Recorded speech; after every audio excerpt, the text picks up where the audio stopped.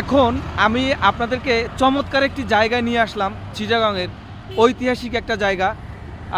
আইয়ুব বস্তুর নাম অনেকেই শুনেছেন। আইয়ুব বস্তু, সেই আইয়ুব বস্তুর একটা ঐতিহাসিক জায়গা এটা হলো প্রবর্তক মোড়। এই ঐতিহাসিক জায়গায় আইয়ুব বস্তুর স্মৃতিস্বরূপ, তার স্মৃতিস্বরূপ এখানে স্পেশাল কিছু একটা আছে, যেটা আমি এখন আপনাদেরকে দেখাবো। চলুন সেটা দেখি, চলুন দেখে আসি সেই প্রবর্তক মোড়ে আইয়ুব বস্তুর কী আছে। তো এই যে সেই আইয়ুব বস্তুর রূপালী গিটার দেখেন, রূপালী গিটার, এই যে দেখেন আইয়ুব বস্তু, এই যে আইয়ুব বস্তুর ছবি, এই যে রূপালী গিটার কিংবদন্তি আইয়ুব বস্তুর স্মরণে।